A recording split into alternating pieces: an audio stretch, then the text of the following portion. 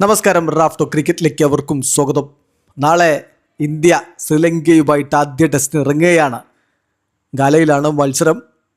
രാവിലെ 10 മണിക്ക് മത്സരം ആരംഭിക്കും. കുറേ നാളുകൾക്ക് ശേഷം ടീം ഇന്ത്യ ഇറങ്ങുന്നു. ഒരു ടെസ്റ്റ് മത്സരത്തിൻ്റെ ആവേശത്തിലേക്ക് നമ്മൾ മാറുകയാണ്.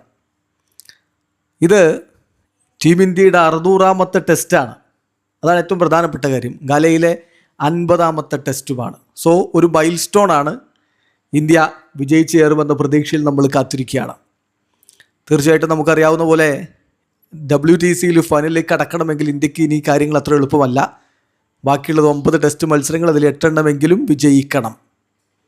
ശ്രീലങ്കയിൽ അവരുടെ മണ്ണിൽ കാര്യങ്ങൾ എളുപ്പമാവില്ല എന്നറിയാം. നമുക്കാണെങ്കിൽ കുറേ പരിക്കിൻ്റെ പ്രശ്നങ്ങളുമുണ്ട്.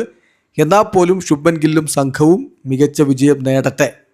ഈ പിച്ചിൻ്റെ ഒരു സ്വഭാവത്തെക്കുറിച്ച് നമ്മൾ നേരത്തെ തന്നെ വീഡിയോ ചെയ്തിട്ടുണ്ടായിരുന്നു. മോണി മോർക്കലൊക്കെ പിച്ചിനെ കുറിച്ചൊക്കെ അനലൈസ് ചെയ്തത് വലിയ പ്രശ്നമുണ്ടാവില്ല എന്നുള്ളൊരു തരത്തിലാണ്. അതേസമയം ഇതൊരു വലിയ രൂപത്തിലുള്ളൊരു ടേണറല്ല. ആദ്യത്തെ 1-2 ദിവസം നന്നായിട്ട് ബാറ്റിങ്ങിന് അനുകൂലമാകും. അതിനുശേഷം ഒരു പക്ഷേ സ്പിൻ ബൗളിങ്ങിന് അനുകൂലമായിട്ട് മാറിയേക്കും. അതുകൊണ്ട് തന്നെ ടോസ് ലഭിക്കുന്ന ടീം ആദ്യം ബാറ്റ് ചെയ്യാനായിരിക്കും ശ്രമിക്കുക. 2 ദിവസം മുഴുവനും ബാറ്റ് ചെയ്യുക, ബിഗ് സ്കോറിലേക്ക് പോവുക.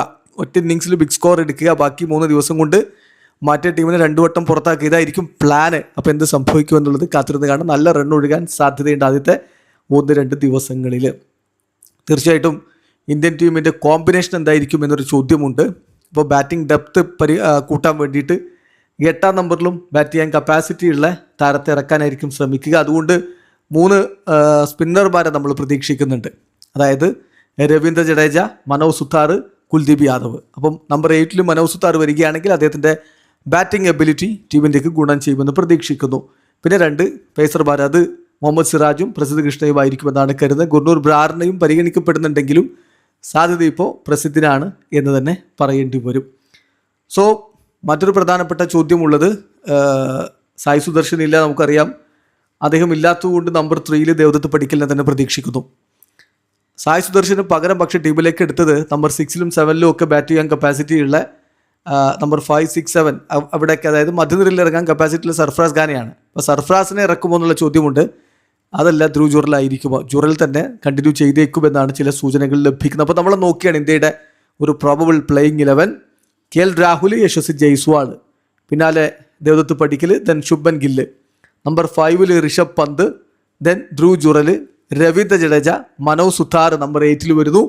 ദെൻ കുൽദീപ് യാദവ്, മുഹമ്മദ് സിറാജ്, പ്രസിദ്ധ് കൃഷ്ണ. തീർച്ചയായിട്ടും കുൽദീപിന് ഇതൊരു ബിഗ്ഗസ്റ്റ് ഓപ്പർച്യൂണിറ്റിയാണ്. അദ്ദേഹം മാക്സിമം ക്യാപിറ്റലൈസ് ചെയ്യും എന്ന് തന്നെ കരുതാം.